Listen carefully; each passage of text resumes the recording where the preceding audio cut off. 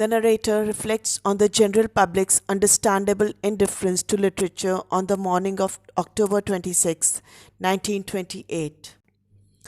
She watches a young woman and a man get into a taxi, and their unity soothes her. She wonders if her thoughts these past 2 days of men and women as different have been straining. She wonders what unity of mind means since the mind always changes its focus. Perhaps the unity of the man and woman in the taxi is satisfying because the mind contains both a male and female part, and for complete satisfaction and happiness, the two must live in harmony.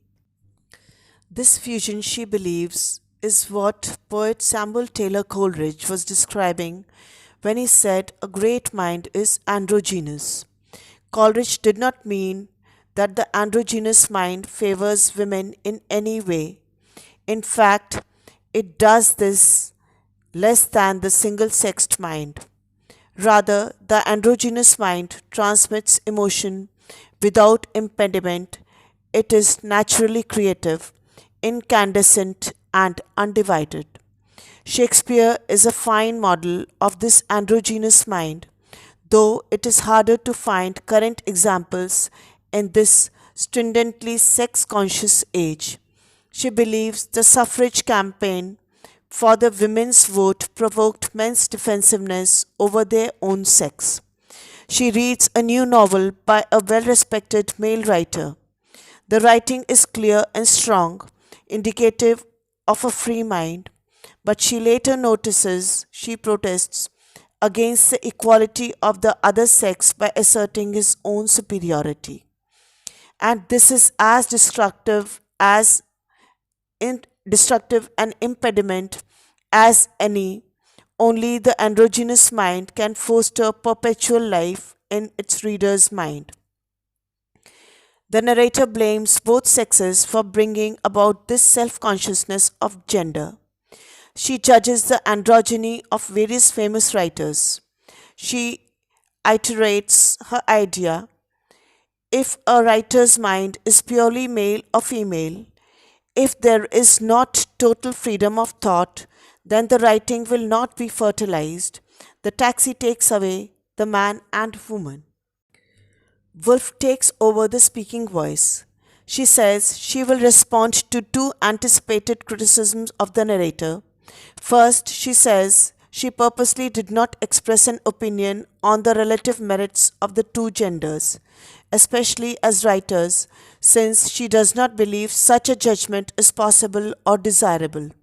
Second, her audience may believe the narrator laid too much emphasis on material things and that the mind should be able to overcome poverty and lack of privacy. She cites a professor's argument that the top poets of the last century, all but three, were well educated and all but Keats were fairly well off. Without material things, she repeats, one cannot have intellectual freedom, and without intellectual freedom, one cannot write great poetry. Women who have been poor since the beginning of time have understandably not yet written great poetry. She also responds to the question of why she insists women's writing is important. As an avid reader, the overly masculine writing in all genres has disappointed her lately. Moreover, she believes that good writers make good human beings who are intimately connected with reality and who may communicate this heightened sense of reality to their readers. She encourages her audience to be themselves and think of things in themselves. She reminds them of what men have thought of women. She admits that the young men in the audience have made few significant strides in life, even though numerous opportunities have been opened up for them. She says that Judith Shakespeare still lives within all women, and that if women are given money and privacy in the next century, she will be reborn. Let's analyze. Woolf begins by admitting that thinking of gender differences has been straining, and this concept is her major point in the chapter and throughout the essay. Gender consciousness hampers creative output and dims the incandescence of genius. She cites Coleridge's idea of the androgynous mind as the goal of human mental endeavors, and it follows from Woolf's previous notions.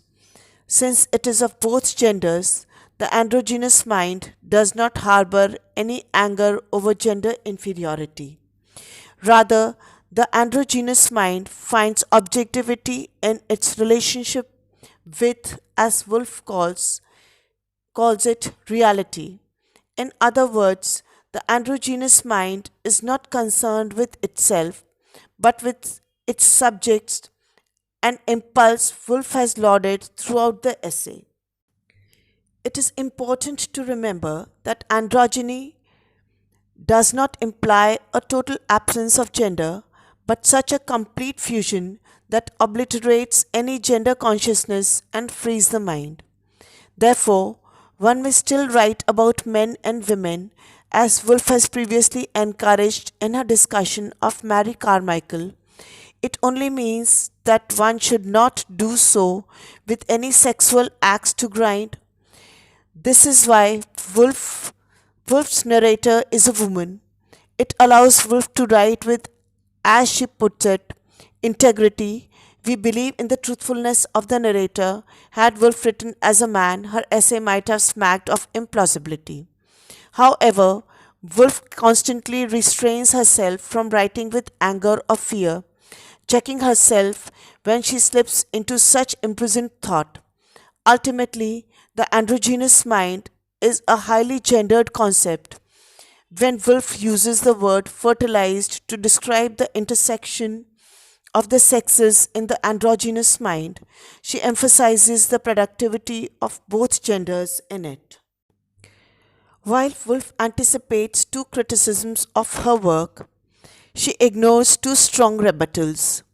She does not consider the idea that writing out of protest can often be more powerful than writing out of complacency, that independence can make one lazy and eliminate the burning desire to write often found in hungry writers, that the rebellion is more imprisoned writers may force them to contemplate their own anger more than their subjects, but that their anger often is the subject. Woolf's insistence upon the absence of anger and protest in minority writing has undergone much revision in recent years, but her idea still holds much sway in feminist thought.